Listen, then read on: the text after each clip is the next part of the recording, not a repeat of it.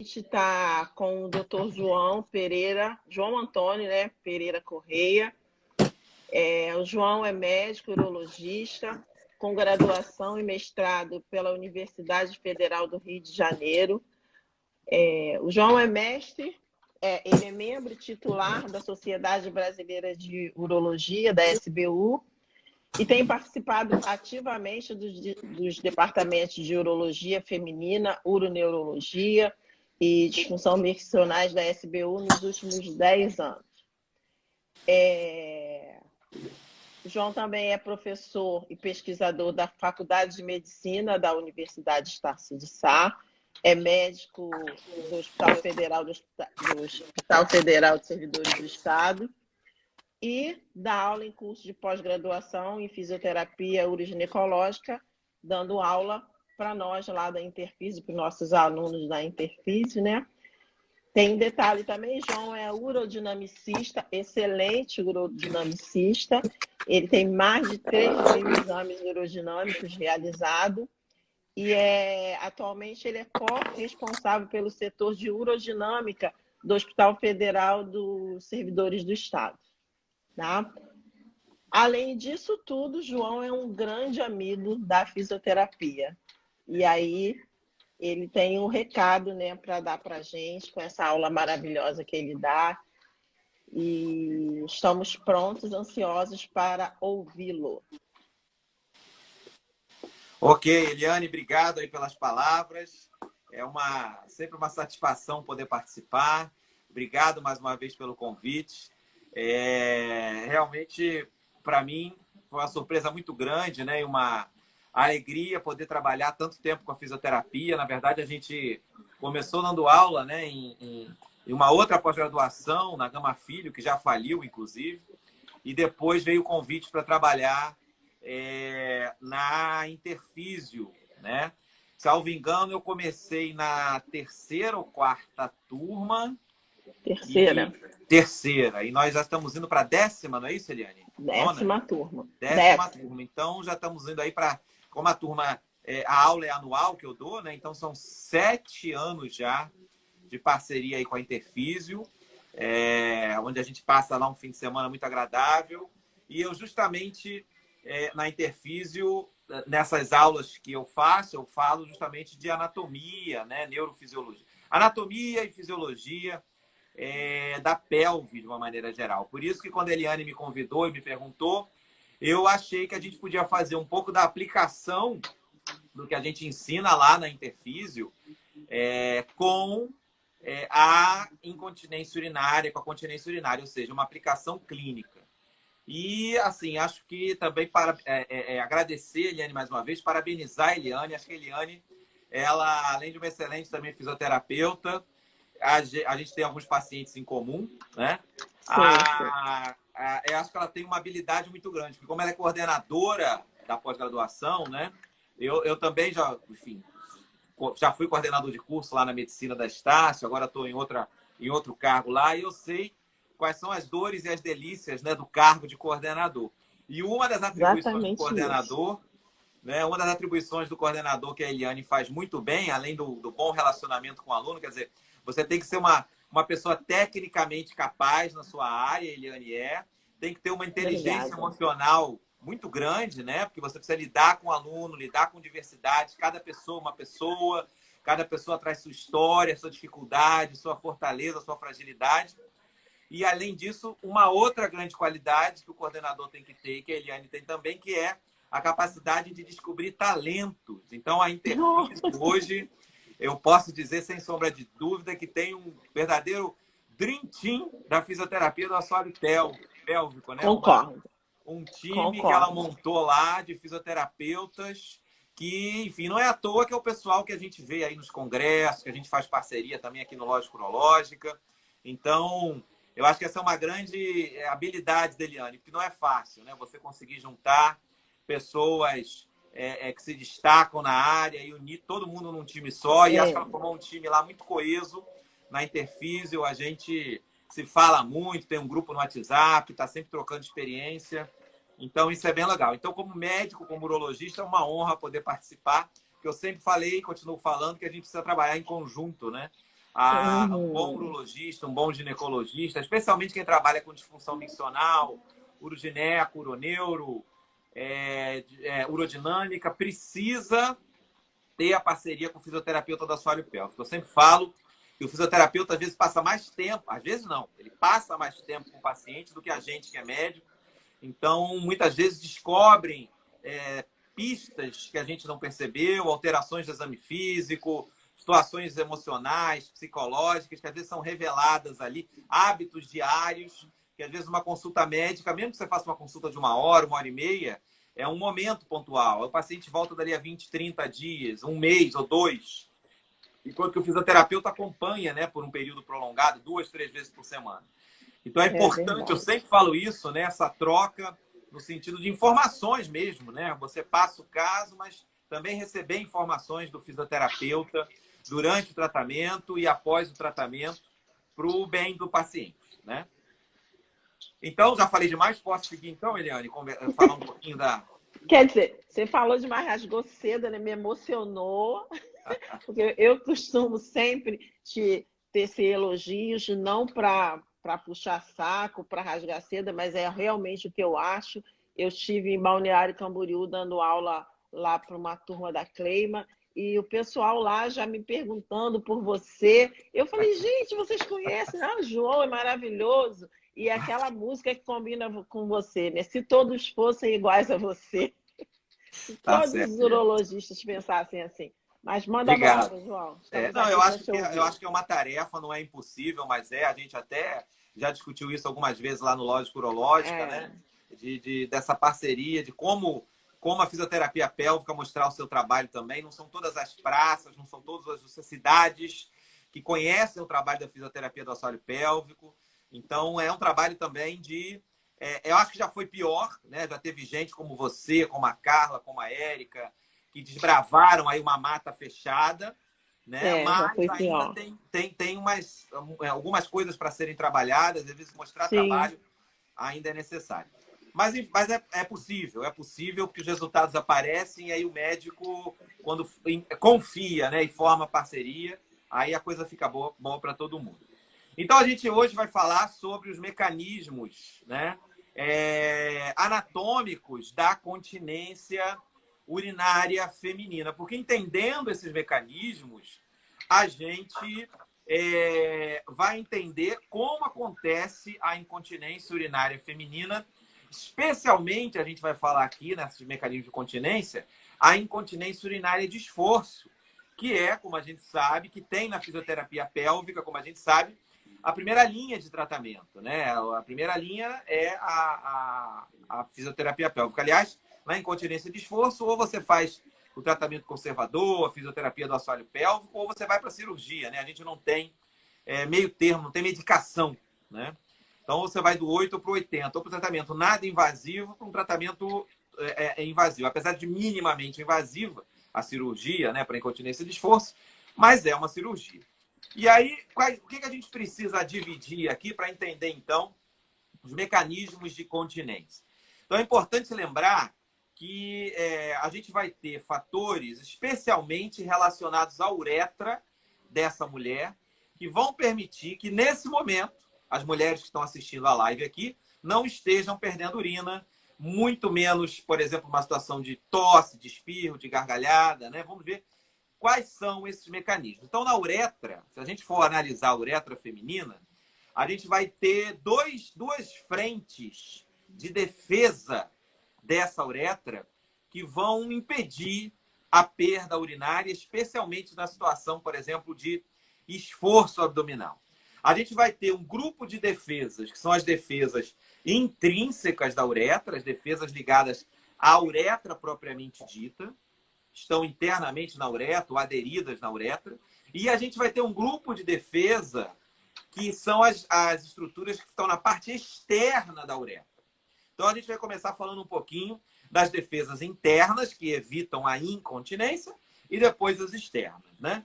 Então, eu peguei aqui um pedaço de papel, tá aqui, e esse pedaço de papel, ele vai representar, né, esse tubinho aqui, vai representar a uretra feminina. Deixa eu pegar aqui para a câmera, tá aqui, a uretra feminina. Então, primeira linha de defesa para evitar a perda de urina que a mulher apresenta é no interior dessa uretra, né, uma substância que parece um muco, né, que é o muco uretral. A uretra feminina, ela não fica assim totalmente aberta, como está mostrando aqui essa folha de papel. Na verdade, ela é preenchida, né, por camadas celulares e no meio dela você tem um muco fazendo uma verdadeira rolha nessa uretra. Lembra muito o tampão mucoso lá do colo do útero da gestação. Só que essa substância acompanha a vida inteira da mulher, independente dela estar grávida ou não. E esse muco é já uma obstrução mecânica à passagem de urina. Então, para a mulher urinar, ela tem que fazer uma pressão na bexiga capaz de vencer a resistência desse muco, uma vez que, numa situação de repouso da bexiga, esse muco acaba formando, como eu falei, uma espécie de rolha ali, evitando que a urina desça, tá? Esse muco, além de ter uma função de obstrução mesmo mecânica, ele tem uma outra especificidade muito interessante, que é a seguinte: é uma coisa chamada tensão superficial, né? Se eu pegar as minhas mãos aqui, elas vão representar, por exemplo, as paredes internas da uretra. Então, eu falei, eu tenho uma parede interna da uretra, outra parede interna. Aqui no meio vai passar o xixi na hora de urinar, só que aqui no meio está o muco, né? O muco uretral. Quando a gente tem uma estrutura mucoide, né? Imagina, por exemplo, você pegar duas placas de vidro, né? Duas placas de vidro e colocar água entre duas placas de vidro. Você não vai conseguir. Tenta agora separar essas placas de vidro. Você não vai conseguir, né? Para você separar essas placas de vidro, o que você tem que fazer? Deslizar uma placa sobre a outra. Se você botar água entre duas superfícies lisas, você não consegue, ou se conseguir, vai fazer muito esforço, né? Então, por quê? Porque existe uma tensão superficial que esse líquido produz ali, unindo as superfícies. O muco da uretra vai fazer a mesma coisa.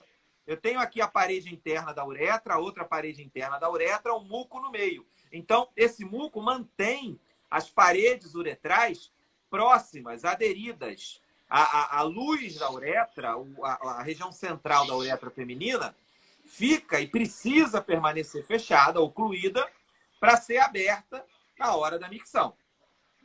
Só que esse muco, como já foi comentado aqui, quem foi que falou? Foi a Marina. Maria. Isso, Marina já deu spoiler aí. Isso. É isso mesmo.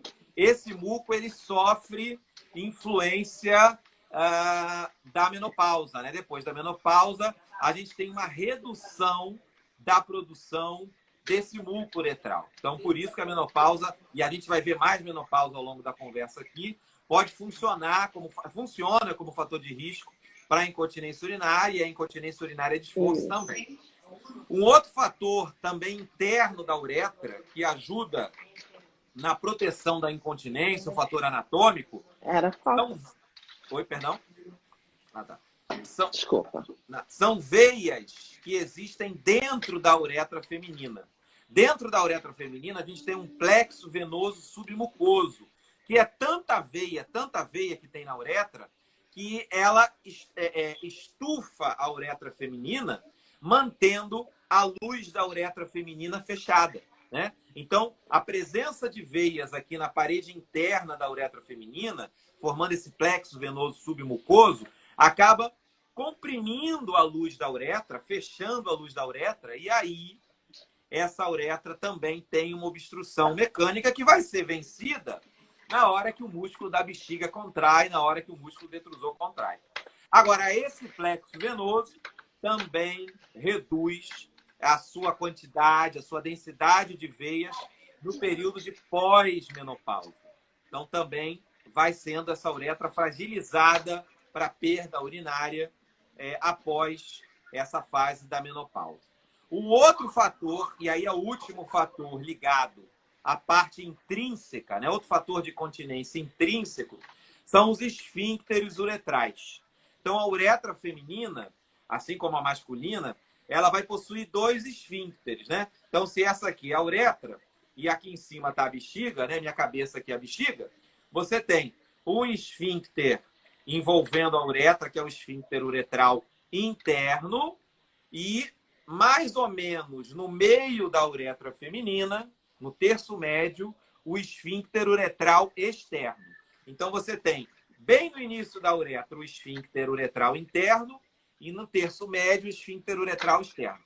Esse esfíncter, os dois, claro, vão ficar fechados, comprimindo a uretra e evitando a incontinência. Isso é bem claro, né?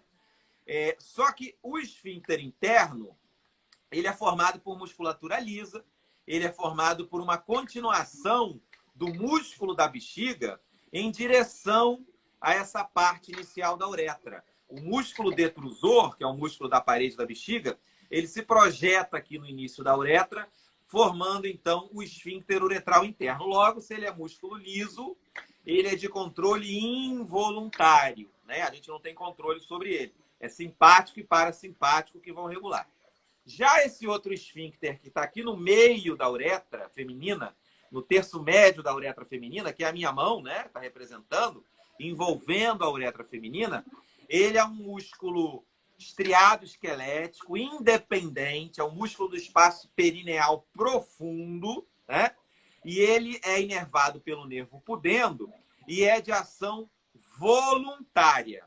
Na verdade, esse esfíncter, ele passa por uma ação reflexa, esse esfíncter externo da uretra, à medida que, mesmo sendo voluntário, à medida que a bexiga vai enchendo, esse músculo, através de fibras de contração lenta musculares, através de um arco reflexo da medula, quando a bexiga começa a esticar, esse esfíncter começa a se fechar e apertar a uretra, lentamente. Quando você tosse, esse esfíncter externo aqui, que é voluntário, ele é ativado também de forma reflexa, e aí as fibras de contração rápida dele fecham muito rápido a sua uretra. Então, esse mecanismo reflexo do esfíncter externo contrair à medida que a bexiga vai enchendo, especialmente quando a gente tosse, quando a gente espirra, você não controla isso, é reflexo. Quando a gente dá uma gargalhada, quando pega peso, quando faz esforço com o abdômen, é o chamado reflexo guardião, né? Que protege uma perda de urina quando a gente faz um aumento da pressão intraabdominal, seja de forma lenta, seja de forma rápida, tá?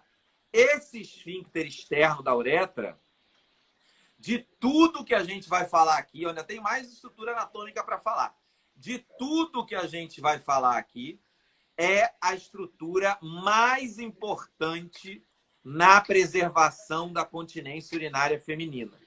Hoje, já tem uma linha de pesquisadores dizendo, inclusive, o seguinte: a incontinência urinária de esforço, ela vai estar sempre ligada a esse esfíncter. O que muda é o grau de lesão que esse esfíncter vai apresentando, por genética, menopausa, traumatismo, aí tem várias explicações. Então, talvez, no futuro aí, uma terapia aí, por exemplo, de células-tronco possa repor, né, áreas desse esfíncter que esteja enfraquecida para curar, talvez definitivamente, a incontinência de esforço. Mas isso é uma especulação, né? A única realidade que a gente sabe... Sim, pode falar, Eliane. Para não passar muito, a Carol, ela perguntou se reduz pela diminuição da produção de progesterona. E aí, para não passar muito, e aí ela ficar sem resposta. Ela foi uma pergunta, né? Na verdade... produção hormonal em si, né? A produção hormonal em si, né? Especialmente estrogênio, né? O estrogênio também está mais ligado a isso do que a progesterona, mas os hormônios femininos de uma maneira geral, né? Então, como a gente falava, né? Os fatores intrínsecos de continência urinária são esses: o muco, o plexo venoso submucoso e os esfíncteres, né? Agora, existem baixa de estrogênio. A ginecologista, a Rubina, aí já está falando. Rubina, se a Rubina falou, eu assino embaixo. É estrogênio. A ginecologista aí está sempre na live também. Diminuição da produção do estrogênio. Perfeito. Ela falou, eu assino embaixo. Então, um outro fator, né? Relacionado a continência urinária feminina é o fator extrínseco. São aquelas estruturas que não fazem parte da uretra, mas que ajudam na continência. E aí, o assoalho pélvico, a musculatura do assoalho pélvico, é a mais importante de todas. Você tem ligamentos, você tem fáscias também prendendo essa uretra, mas, sem dúvida, a principal estrutura da continência urinária, a principal estrutura extrínseca à uretra que dá a continência urinária, é o assoalho pélvico. E aí, para entender como é que o assoalho pélvico vai atuar, é muito simples. A gente pega essa mesma uretra aqui, que é a minha folha de papel, e essa minha mão aqui de baixo é o assoalho pélvico. Então, a uretra feminina ela está apoiada sobre a musculatura do assoalho pélvico. Indiretamente, claro, mas enfim, o assoalho pélvico está ali por trás. Quando a gente tem um aumento da pressão intraabdominal, o que acontece? Então, a pressão intraabdominal aumentou. A mulher tossiu, a mulher deu um espirro. Então, o que acontece? O músculo do assoalho pélvico, a musculatura do assoalho pélvico, o diafragma pélvico, né? Ele se contrai de forma reflexa também. E com isso, se você tem um músculo aqui embaixo da uretra firme, tenso, contraído, a pressão intraabdominal vai fazer o que com essa uretra? Ó, deixa eu fazer mais próximo aqui, vai fechar a uretra. Então, a uretra está apoiada sobre esse músculo, essa musculatura do assoalho pélvico, ele está flácido. Na hora da tosse, ele se contrai. Quando ele fica firme e se contrai, a pressão abdominal, ó, fecha a uretra. E a mulher não perde urina. Então, esse mecanismo externo à uretra também é importantíssimo para não haver a perda de urina. A uretra ela precisa de um anteparo firme, porque na hora que a pressão aumentar sobre ela, a uretra vai ser ocluída. Agora, imagina se essa mulher tem um assoalho pélvico mais fragilizado. Na hora da tosse, o assoalho pélvico vai descer junto com a uretra, né? Na hora de você ter a pressão intraabdominal aqui, ó, a uretra desce junto com a musculatura. Então, ela não oclui, ela não fecha. E aí é que entra o fisioterapeuta do assoalho pélvico, ensinando a mulher a contrair essa musculatura para evitar a perda, para voltar a ter esse anteparo firme na hora do aumento da pressão intraabdominal. Os ligamentos que se prendem na uretra também fazem uma ação semelhante. Mas o ligamento a gente não contrai, você não vai treinar isso como fisioterapeuta. E a musculatura é a principal atuação, a principal protagonista nessa atuação aqui. E se a gente pensar bem, é assim que funcionam também os slings de tratamento da incontinência urinária de esforço. Quando o urologista coloca uma tela debaixo da uretra, que é o que ele faz, no terço médio da uretra, que é onde fica ali o esfíncter, ele vai fazer exatamente o papel que a musculatura pélvica, por exemplo, pode não estar fazendo mais. O esfíncter, o sling vai dar um anteparo rígido para essa uretra, na hora da tosse, ó, ser ocluída contra esse sling. Então, esses são os principais mecanismos anatômicos que evitam a incontinência urinária, especialmente a incontinência urinária de esforço. Lembrando mais uma vez, de todos eles, o mais importante é o esfíncter externo.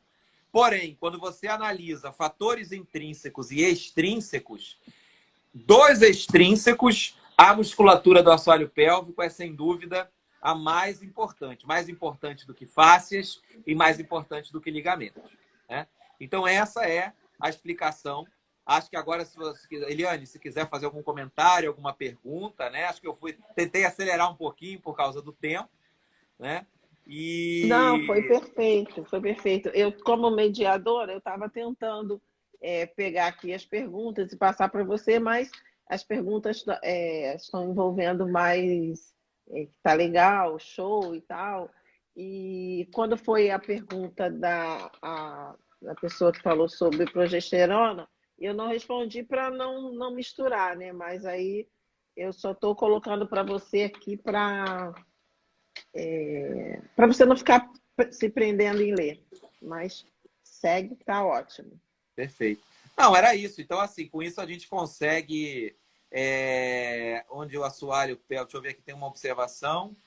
Não acontece, então perde-se urina. Nos exercícios de alto impacto, onde o assoalho pélvico é fraco, assim, qualquer atividade de aumento da pressão intraabdominal, onde o assoalho pélvico não tem aí mais, não está preparado, né, para servir de anteparo para essa uretra, certamente vai haver essa situação de perda, né?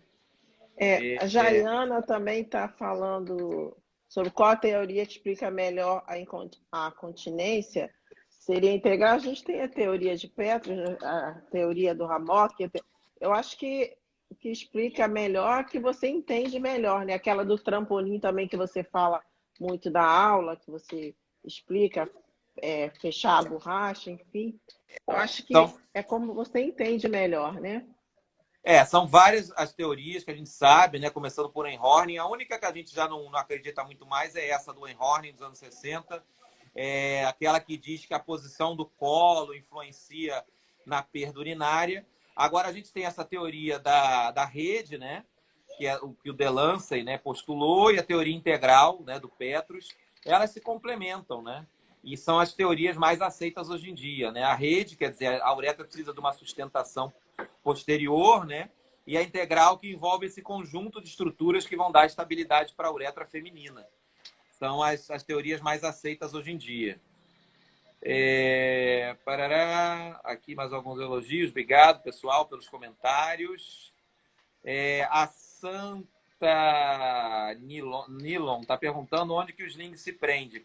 Na verdade, o sling não se prende em lugar nenhum, né? O sling você coloca por dois acessos, né? Você pode colocar pelos forames obturatórios, ou você pode colocar por trás do osso pubis, né? Que é o retropúbico, e você não fixa, porque na verdade ele fica estável ali, e na verdade o que vai acontecer com o tempo é que, como o sling é um corpo estranho, o organismo acaba... O que acontece quando a gente tem um corpo estranho dentro do corpo? Você tem a formação ali de uma cápsula fibrosa, né? Você tem a produção ali, os fibroblastos vão lá, produzem colágeno e tudo, e aquela estrutura fica protegida por um tecido fibroso, e é esse tecido fibroso que envolve o sling que dá a sustentação que a uretra precisa. Tanto é que, às vezes, a mulher tem uma situação de saída do sling, você precisa tirar o sling porque ele instruiu, e a mulher continua continente depois da retirada do sling. Por quê? Porque já deu tempo de formar esse tecido conjuntivo em volta do sling, que vai, então, sustentar essa uretra quando houver um aumento da pressão intraabdominal, né? Não sei se tem mais alguma observação. Tem alguma que perguntou sobre a pressão arterial, a influência. Os mecanismos, medicamento para hipertensão, né? É isso? Influência dos medicamentos para hipertensão, a princípio, não tem relação na incontinência de esforço, não, nem na de urgência, né? Porque as pessoas confundem muito, né? Acha que o diurético, né? Talvez seja isso que ela esteja perguntando, a Creuza. O diurético do hipertenso, que o hipertenso toma muito, né? Tem a ver com incontinência urinária. Na verdade, a pessoa já tem uma bexiga alterada, no caso da incontinência de urgência, né? Muitas vezes uma sensibilidade alterada, e aí é outro tipo de discussão. E como você toma o diurético, você vai produzir mais urina, né? Porque o diurético tem essa função. E aí você vai mais vezes ao banheiro, pode ter mais escapes. Mas não por causa do diurético. É que sua bexiga está alterada, né? O diurético piora uma situação, mas não causa uma situação, né? Quando o sling falha, a Leandro está perguntando aqui, quando o sling falha na continência, 5 a 10 anos. Não sei se ela está perguntando quando que o sling falha ou o que fazer quando o sling falha, mas eu vou responder as duas. Quando o sling falha, bem, a gente já tem estudo mostrando que o sling ele tem uma eficácia muito boa, né, que é o tratamento padrão ouro hoje, tratamento cirúrgico, padrão ouro para incontinência de esforço. E ele tem uma eficácia comprovada até uns 5 a 7 anos. Depois disso, as taxas de cura começam a reduzir bastante, né? É por isso que a gente tem que saber para quem a gente vai colocar o sling, né? Uma mulher muito jovem, em casos extremos, você pode até colocar, mas tem que avisar que pode ser necessário que ela volte daqui a alguns anos, porque o sling pode parar de gerar continência. Agora, quando ele falha precocemente, você pode colocar um outro sling por cima. É uma possibilidade, né? Rosana, obrigado aí pelo comentário. Por que falha? Depende. Às vezes, por que ele perde eficácia, a gente não sabe ao longo do tempo por que isso acontece. Agora, na falha imediata, pode ser algum tipo de mau posicionamento, né? Aí depende da técnica cirúrgica que foi usada. Ok.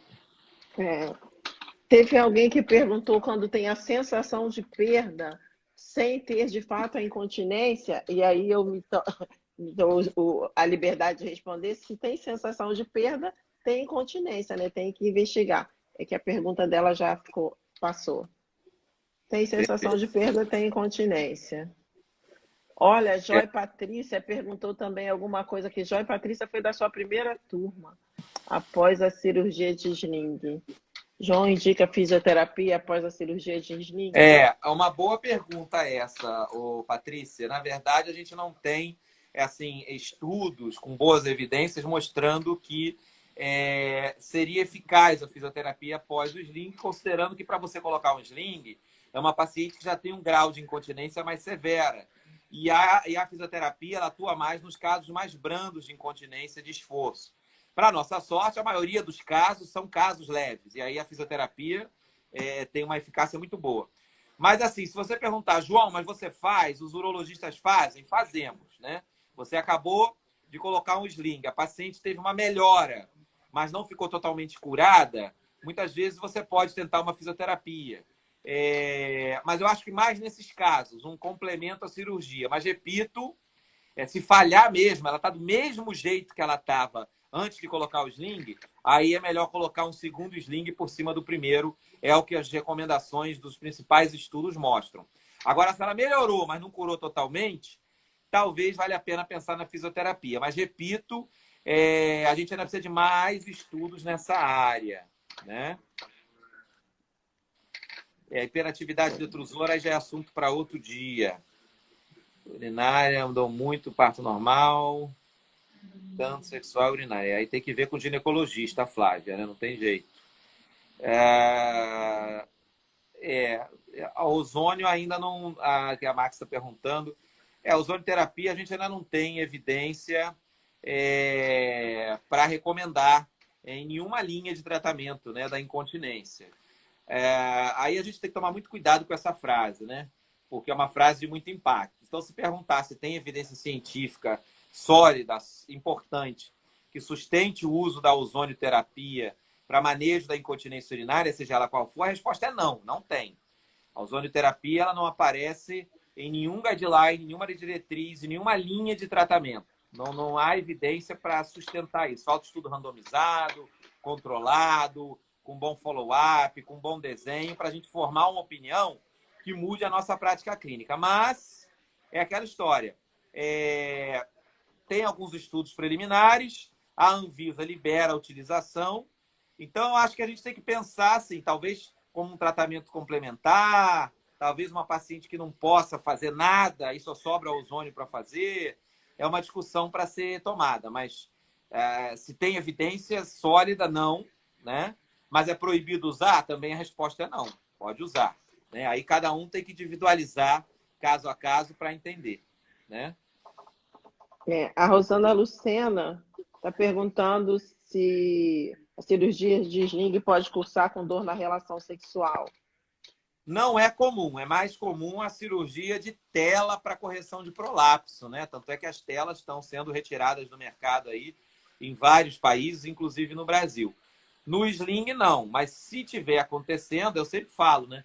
Se não existiu o problema antes da cirurgia e passou a apresentar depois da cirurgia, tem que voltar no médico, porque provavelmente o problema está relacionado à cirurgia, né? Então, não costuma dar dispareunia, as taxas são muito pequenas, acho que menos de 1%, mas está descrito, não é impossível, e aí tem que voltar no colega lá que fez o procedimento.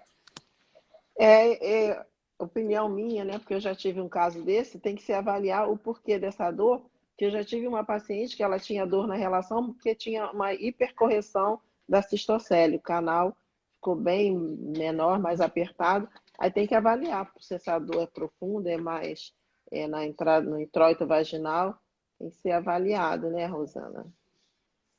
Com Então, certeza. como o João falou, voltar lá para o médico ver. Como você O pessoal está avalia? pedindo para salvar a live aí, Eliane. Salvar no Interfísio Cursos. Se Deus quiser, eu vou conseguir. Não, quando termina, ele te dá essa opção. Se não me engano, em cima à esquerda tem uma setinha assim para baixo, pedindo para salvar. Aí você tem que salvar antes de postar no Stories. Essa que é a dica. Se você postar no Stories, porque ele fica 24 horas no Stories, né? Para a gente acessar. Mas aí também some. Então a dica é você ir lá em cima à esquerda, salvar. Ele vai te dar essa opção, salvar, tem uma setinha para baixo. Aí pronto, vai para o seu celular e aí você manda publicar no Stories. Só estou preocupado um pouquinho com o tempo, porque as últimas 2 lives que eu fiz, o Instagram ele não avisou quando estava faltando alguns minutos. E aí, quando acaba, aí não salva. Se a live Então, acabar sem a gente interromper antes, a gente não salva. Então, não sei se tem mais alguma pergunta aí, tem mais algum é, comentário. Eu estou acho que preocupado de não. você não conseguir salvar se a live acaba antes. É melhor a gente salvar, porque agora é só elogios, parabéns e tal. A Queria Rosana que aproveitar perguntou. então, queria aproveitar então, Eliane, e convidar também o pessoal, quem não conhece, conhecer lá o canal Lógica Urológica, né?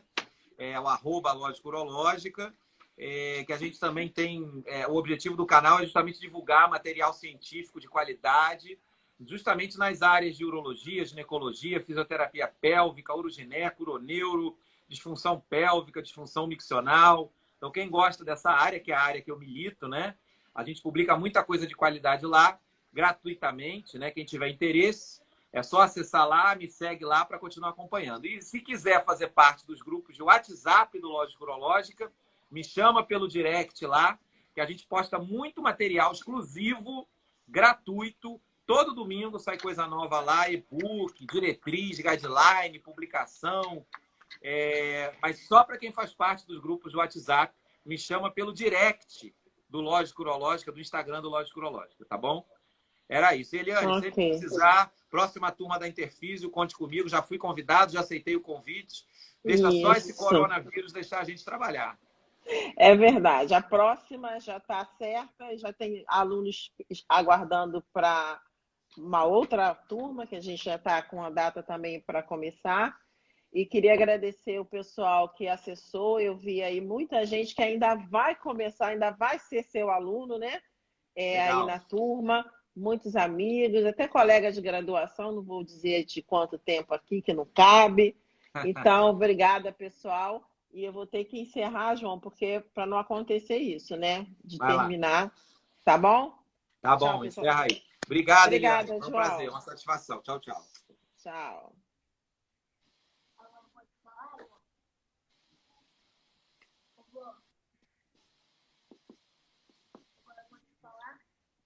Encerrar agora.